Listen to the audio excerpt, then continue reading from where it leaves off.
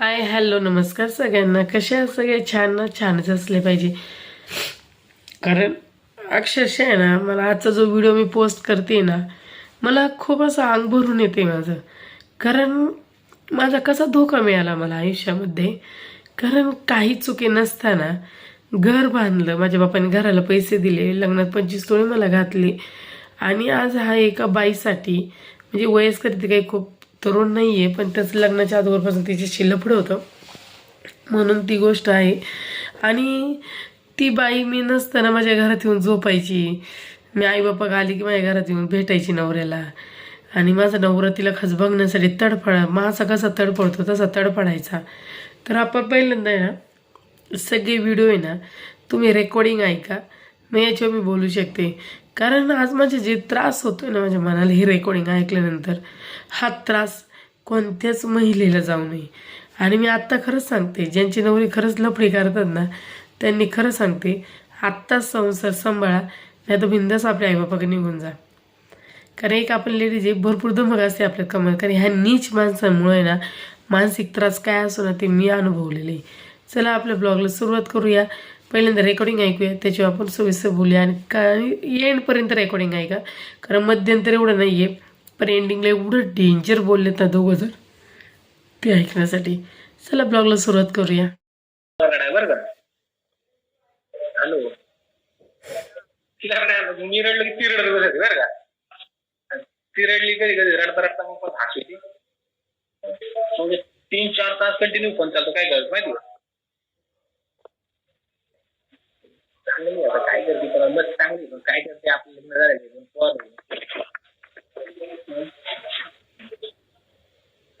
Hello hello,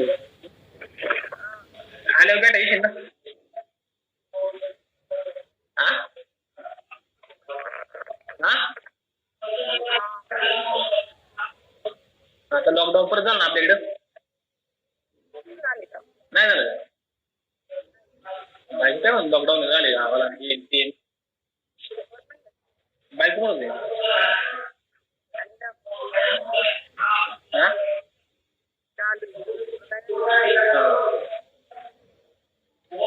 जाऊ दे बरे.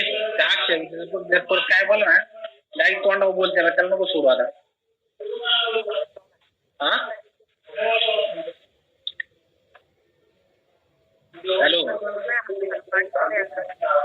त्याला आहे ना कधी जर कुठे कुठं आलं ना, म्हणलं माया पोरात पुन्हा कोणाचं बरं दाखवून देईल म्हणावा. एवढा शब्द मला लगेच कळलं. तुला बघायचे म्हणा माया पोरात पुन्हा कोणाचं बळे तू सांग कोणा. हा, त्याला काय घाबरायचं, त्याला कळलं मी सांगितलं तुला म्हणून. कळालं तर कळालं नाही, मी नाही घाबरत कोणाला. कळू दे की मी कुठं त्याला घाबरतो. चांगलं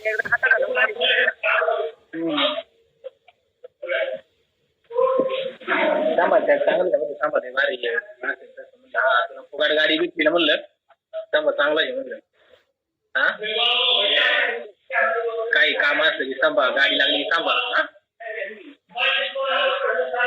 तुला माहिती का सांभाळची गाडी घेऊन गेलो याने बावड्या शिखरापूर भाडं किती घेतलं? 2000 रुपये. बावडा विचार. 2 नाही सांभाळा किती रुपये दिला असेल? 700 रुपये काहीतरी. 800 मला मी काही बोलतो कारण की बावडा त्याचा पैशाचा व्यवहार त्या बावड्याला त्याचा होता ना. मी नाही काय म्हणलो.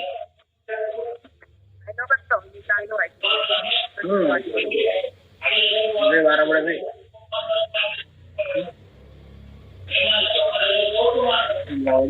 काय गोष्टी आपल्याला बोलता येत नाही का? लोकांनी मात्र केलं गोष्टी बोलता येत नाही. मला बी वाटतं तुझ्या घरात यावं एक दिवस आलो बरं का तिकडे कोविड द्यायला. आज तुला तुला पगायसाठी बरं का. तू काय घातली मला कुठं दिसणार?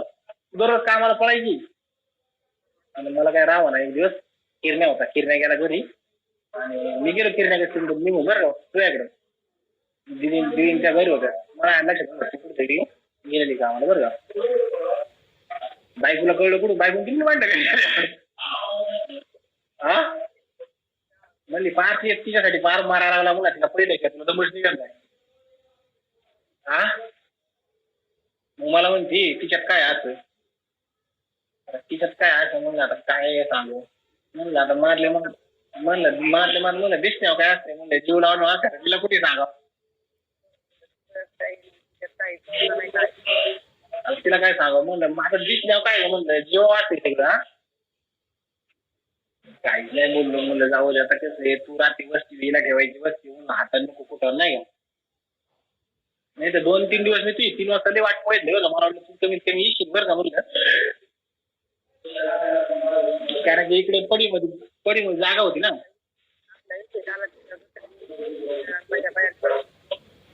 दिदींची बाहेर झोपली का. नाही तर काय आली असती.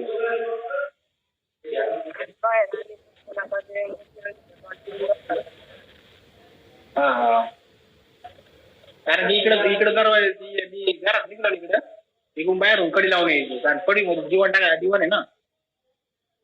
इकडे बाहेर कोणी झोपत नव्हतं पुन्हा कळत नाही कडी लावलं इकडून बाहेर बाईक जायला संबंधच नाही ना. काय म्हणलं तासभर बोलायला भेटलं बघायला भेटलं म्हणून आहे का नाही. हा हॅलो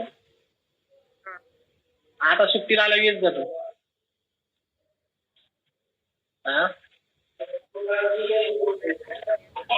वरची काय वस्तीला आहे का तसं गेट आहे बाहेर आहे का गेट महिन्यावर तुला एकच दिवस गेट तुझी. हा तुझ्या घरा मी येऊ शकत नाही ना. तुझ्या घरा मी येऊ शकत नाही. हा तुझ्या साईड तिकडे येऊ शकत नाही ना काय सांगितलं. हा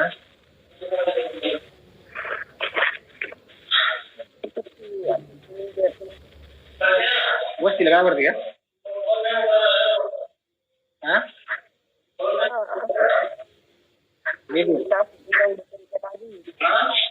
वस्ती जर कळलं तुझी रात्री तू माया घालतो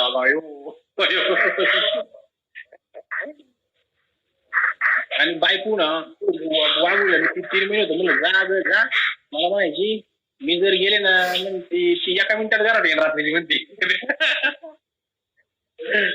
त्या तू भीती म्हणली आता तुम्ही मग बोलत नाही त्याने म्हणले तू मी जर गेले ना म्हणली घरात येणार मी येणार.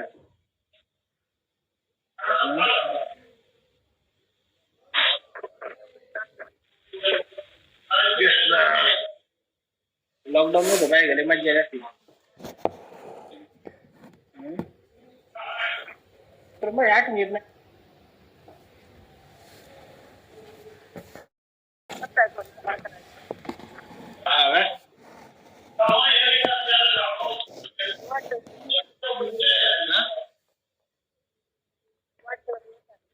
तू नाही विसरली पण माझ्या काहीतरी चुका आहे ना पण त्याच्यामुळे मला वेळ वाटतं काहीतरी.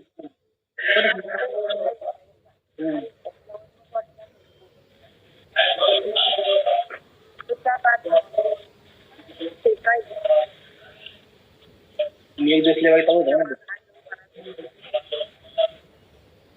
अरे इथे मैत्रिणीच आले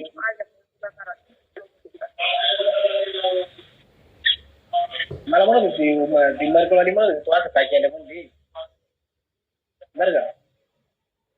म्हणजे तिला कळालं म्हणलं तिला काय कळालं म्हणलं तिला सांगितले म्हणलं म्हणले मला तिला वाटलं फाटच सांगितलं म्हणलं सांगितलं यार काय.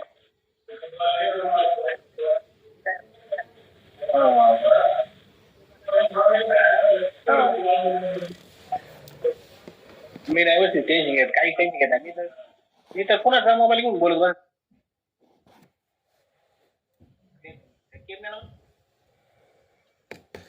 तर आता तुम्ही सांगा काय करायला पाहिजे.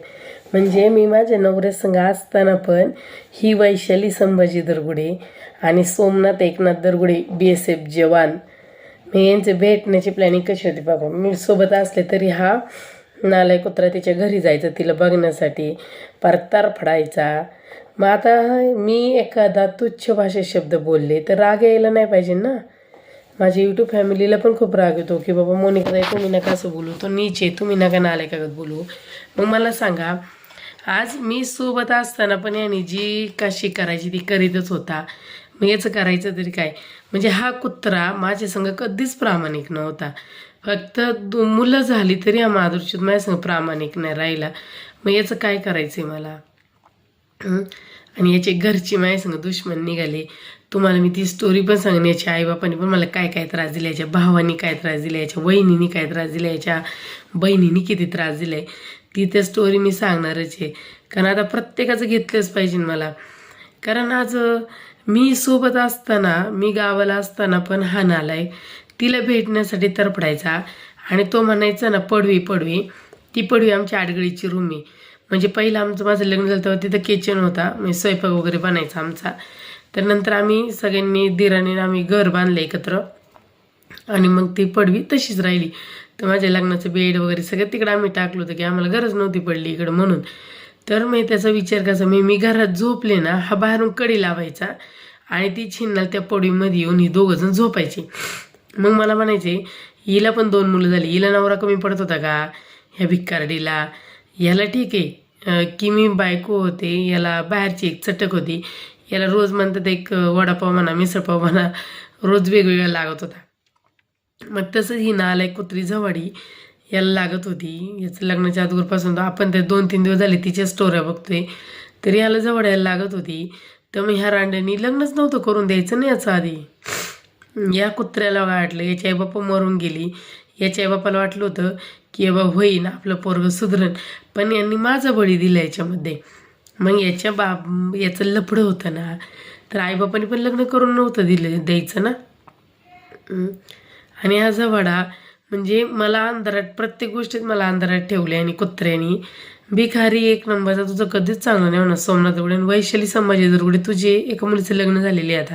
मुलांनी पण मला असा अंदाज, मला कोणीतरी सांगितलं की पळून आणलेली पोरगी आहे, ती पण डिटेल काढू.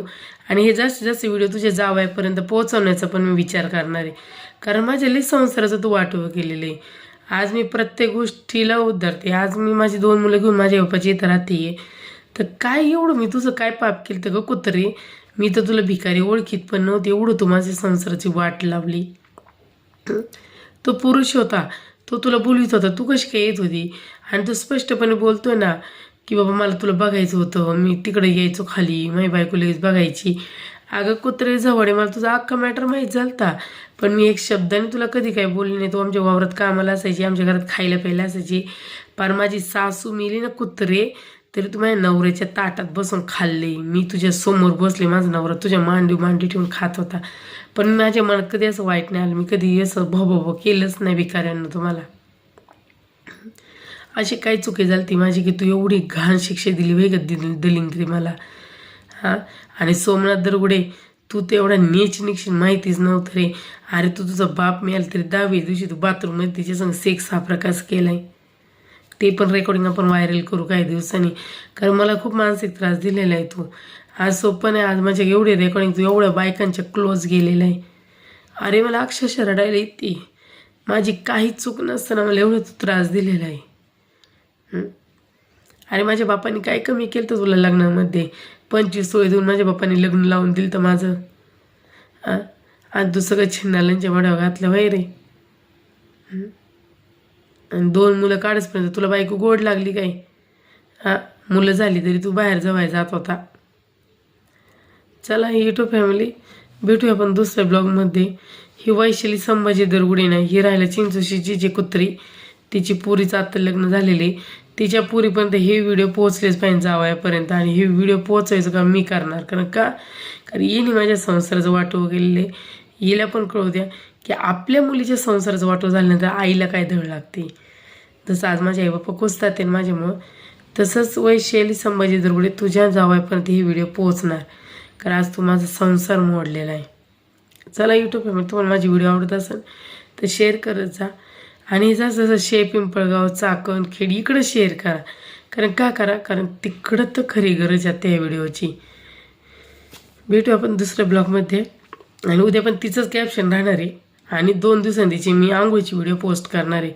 चाकणला जा चौकीला तू कुठेही जा, खरं आज माझ्या संसाराचं वाटव झालेली, तेव्हा मी काही तुला सोडणार नाही आहे, हा शब्द लक्षात ठेव.